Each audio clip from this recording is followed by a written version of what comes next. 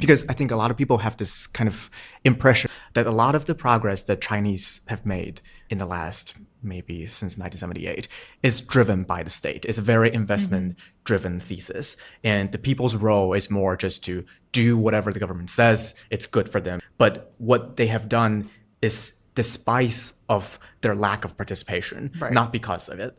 Do you think that's a fair statement? I don't agree with that. I think that kind of like hypothesis is kind of racist because it paints like Chinese people, which is a common stereotype in the West. Exactly. Lack of agency, the hive mind thing about this. People in the party are people. Like, these are people. Like, these are human beings who go home to their families. Why do you think it's important for people to realize that when they're because like, you also are China? Because also like that's the thing. Like, you also are just a person. Okay, like literally when you come to China and you get in a Didi, if your driver is a member of the Communist Party, the app tells you. So like I mean, this sounds crazy. I have been driven around by a member of the Communist Party. 大家好，今天这期视频我们来看一位来自阿根廷青年的深度访谈。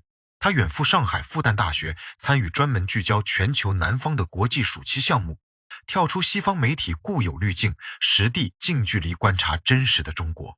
长期以来，西方社会存在一种根深蒂固的偏见，只游览上海等一线城市，就定义整个中国，甚至用蜂群思维这种带有种族色彩的标签，否定普通中国人的主观能动性。这位拉美青年带着全球南方独特视角，通过2周学术课程、多国学者讲座打破固有认知。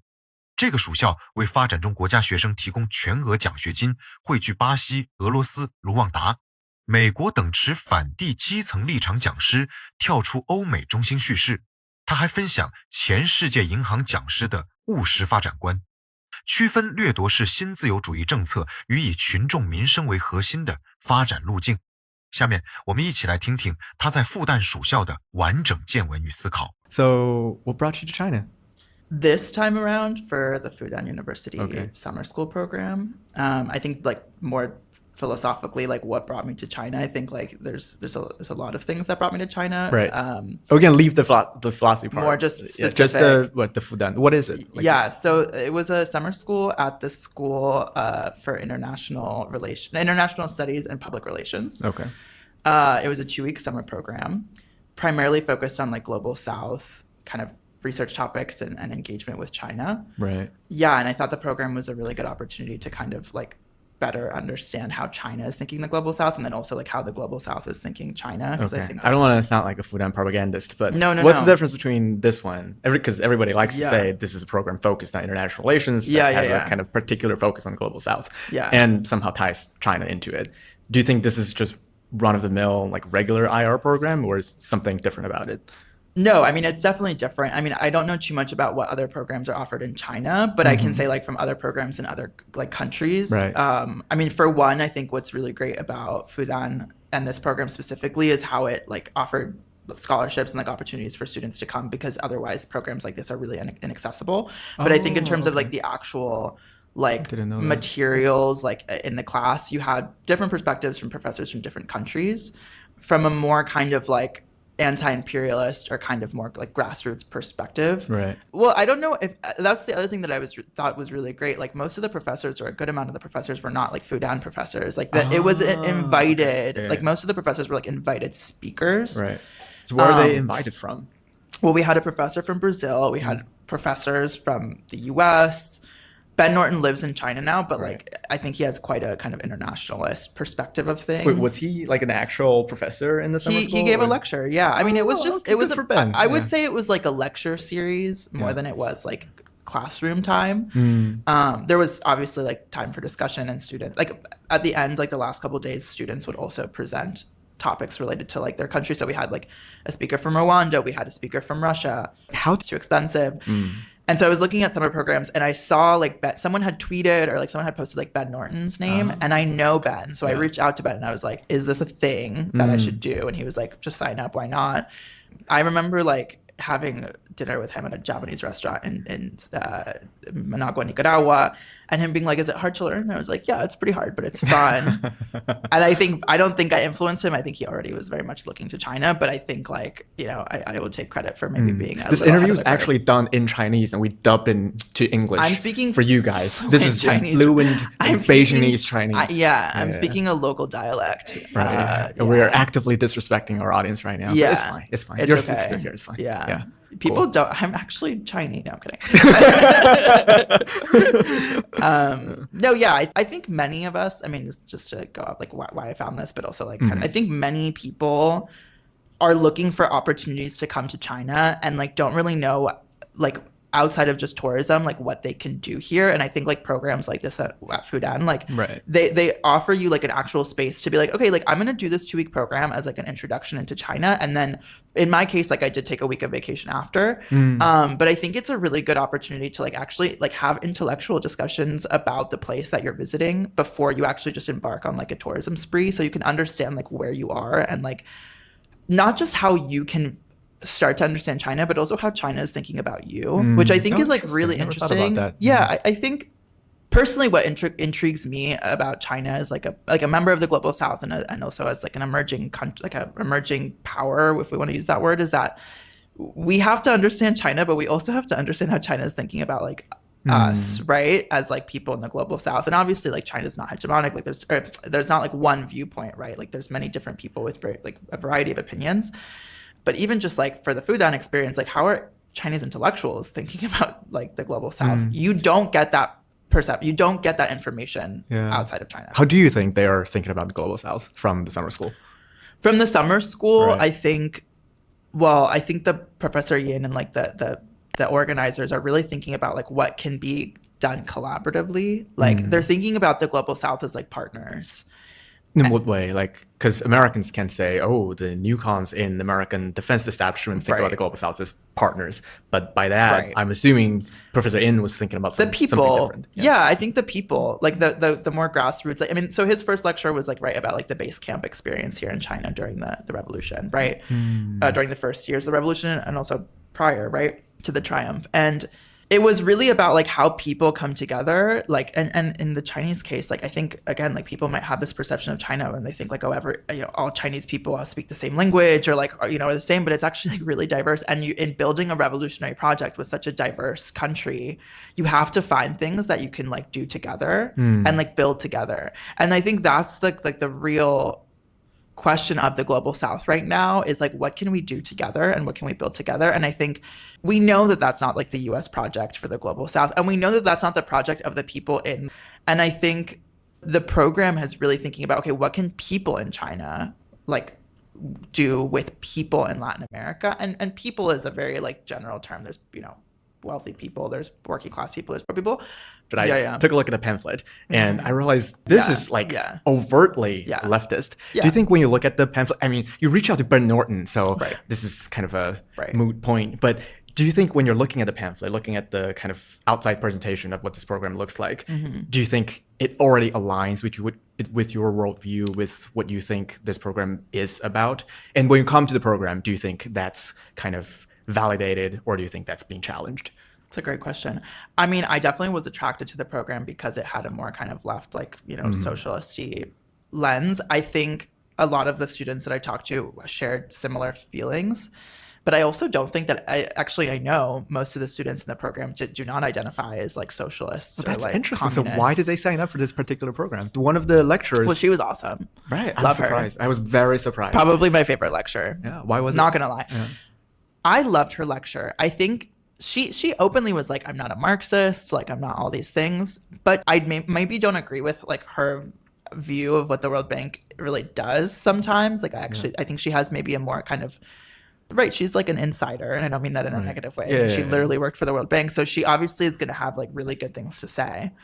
So she thinks this is a developmentalist institution that's ultimately for the benefit of the people of the global South. For sure. Okay, I mean, that's definitely her view. And also like she did have a lot of criticisms of the World Bank and how it works maybe more institutionally, like internally, like, but I don't think she had a very critical approach of like what the World Bank even means. Like why do we have, what is the role of the World Bank in the world?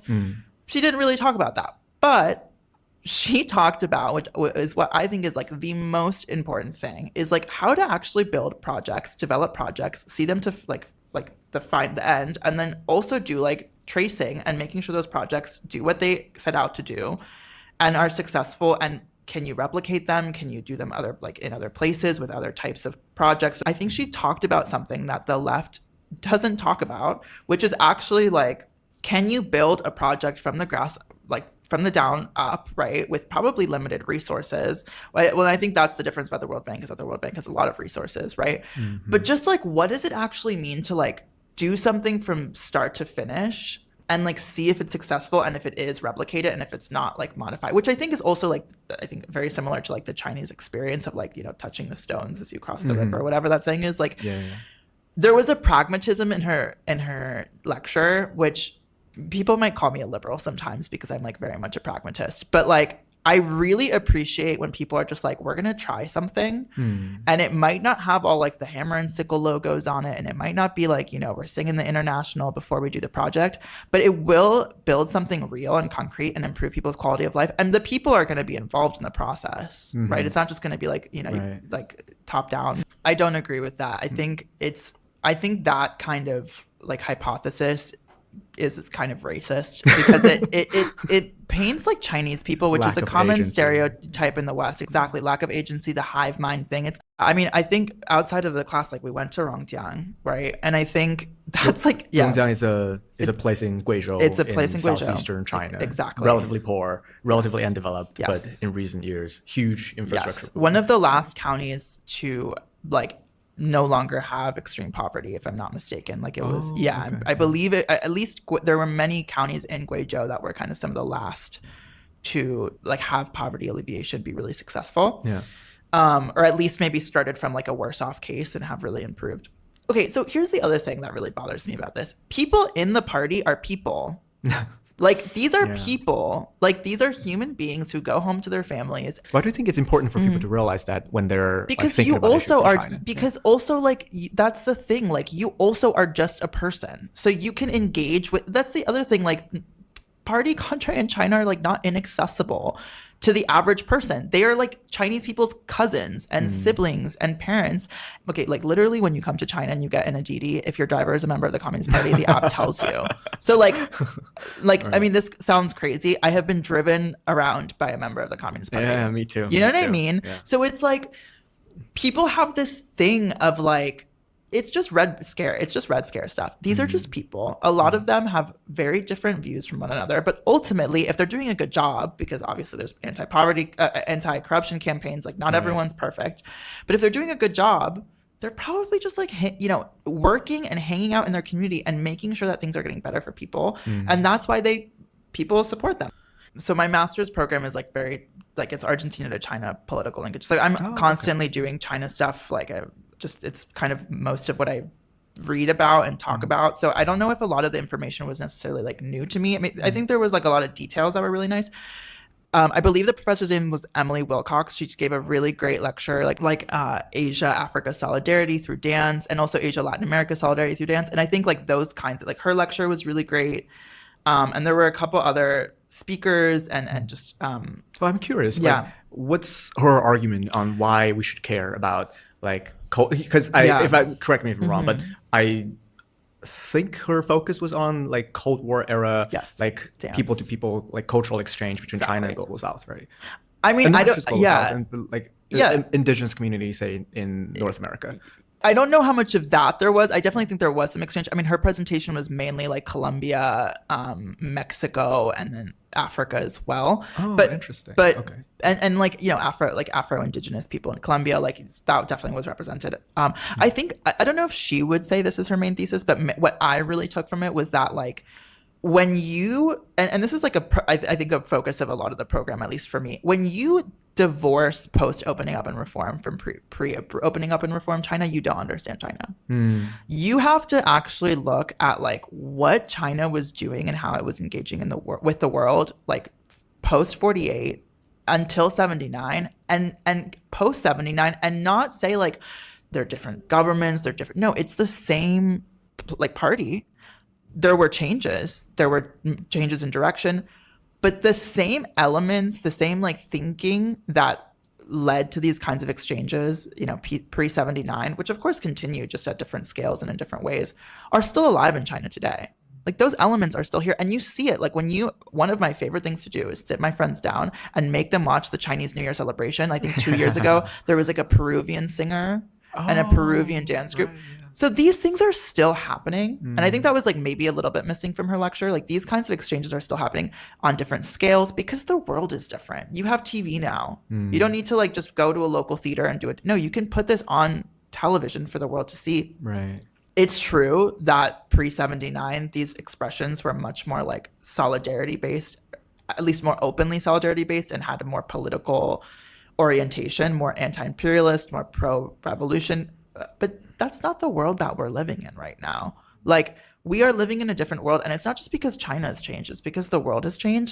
So for me, I really took from her presentation as like, the language and the rhetoric is very different. It's true. But if we look at what kind of exchange is taking place in China today with these same partners, Colombia, Mexico, countries in Africa, other countries in Latin America, these things are still happening.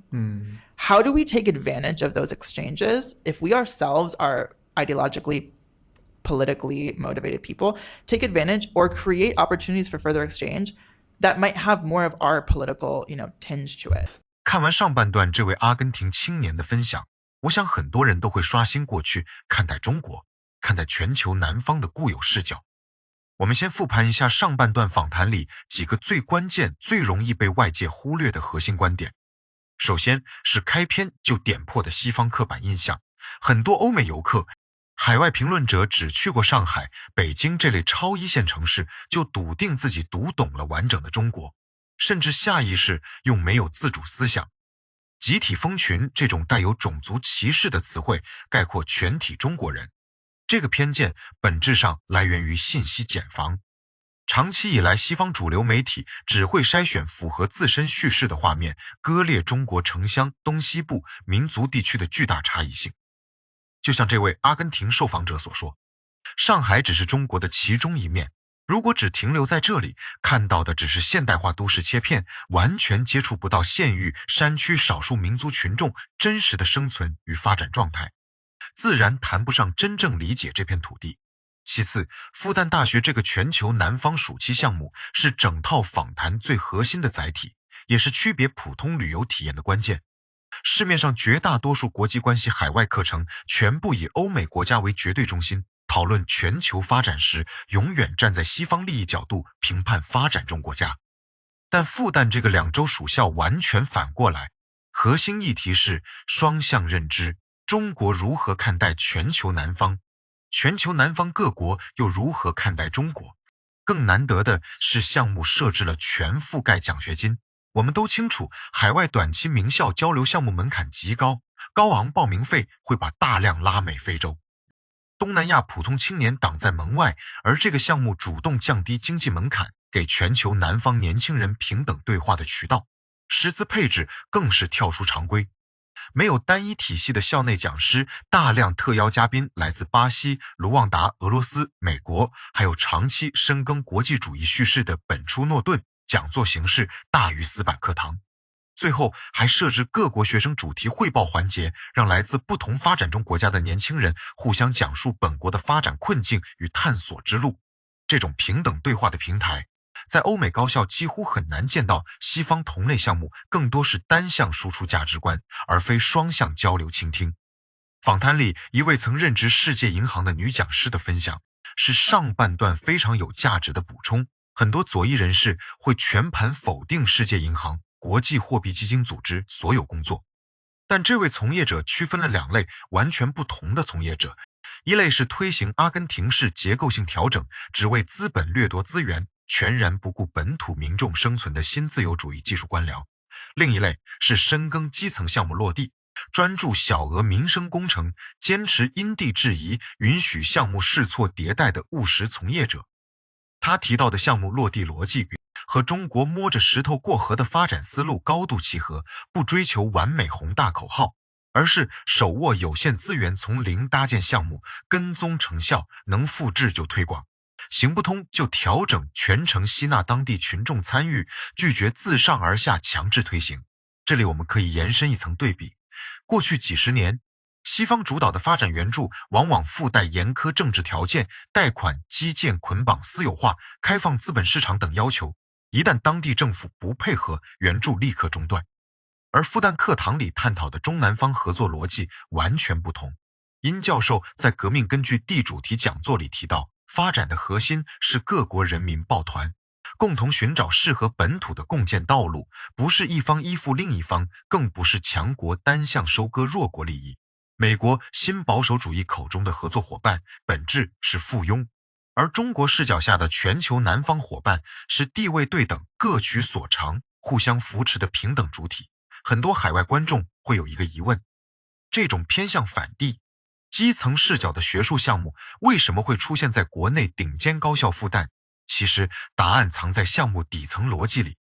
中国本身就是全球南方重要一员，近代同样经历殖民侵略、落后贫困，和拉美、非洲、东南亚拥有相似的历史创伤与发展诉求。我们不需要站在西方的框架里评判发展中国家，反而有天然的共情基础去倾听同类国家的困境，这也是这个暑校区别于海外同类项目的核心底色。同时，受访者也坦诚，参与项目的学生意识形态十分多元，不全是左翼。社会主义者很多只是单纯关心本国发展，想寻找外部参考的普通青年。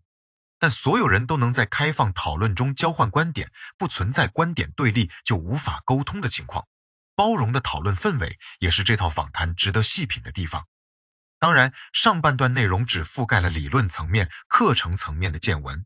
这位阿根廷青年真正震撼的经历集中在下半部分，和本土中国学生深度对话，梳理冷战至今亚非拉文化团结脉络，还有全程让他念念不忘的贵州榕江实地走访。榕江的村超、少数民族、数字农业，基层干部带动群众自主致富的真实故事，会用现实案例完整印证人民是自身命运主角的主体性理论，打破外界发展全靠国家推动，民众被动接受的错误判断。单纯看理论讲座终究是纸上内容，下半段实地调研的鲜活故事，会把今天所有讨论的发展理念落到普通人的日常生活里。如果你现在才刚看完上篇内容，不妨稍作停留，准备好收看下篇完整内容。那里有更真实的城乡对比、中外青年思想碰撞，还有全球南方如何携手共进的深层思考。制作这期内容花费了大量时间整理访谈素材，梳理完整逻辑。如果本期上篇内容打破了你以往对中国、对全球南方的刻板认知，希望可以点赞、收藏、订阅我的频道。大家可以在评论区聊聊，你此前是否也只通过一线城市定义中国，或是你怎么看待全球南方国家之间平等交流这件事儿？所有理性评论我都会逐条阅读回复。我们下篇再见。